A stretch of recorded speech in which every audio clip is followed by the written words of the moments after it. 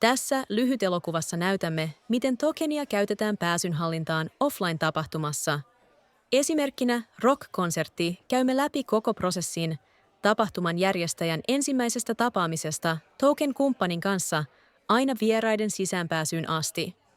Token-kumppani luo tapahtumaprojektin ja määrittää käyttöoikeuksien määrän 500 paikkaa. Projektia käytetään sisäänkäynnillä konserttipäivänä. Operaattori kirjautuu token-järjestelmään ja on valmis tarkistamaan tapahtuman sisäänpääsyn. Vieraat saapuvat tapahtumaan ennalta hankitun käyttöoikeuden kanssa. Operaattori skannaa QR-koodin ja järjestelmä vahvistaa sisäänpääsyn. Käyttöoikeus on käytetty tapahtumaan sisäänpääsyyn ja prosessi on valmis. Vierailija on konsertissa ja nauttii tapahtumasta. Tämä on yksi tokenin käyttöskenaarioista. Järjestelmää käytetään väliaikaisiin ja pysyviin käyttöoikeuksiin tapahtumissa ja digitaalisissa palveluissa ilman ylimääräisten henkilötietojen keräämistä.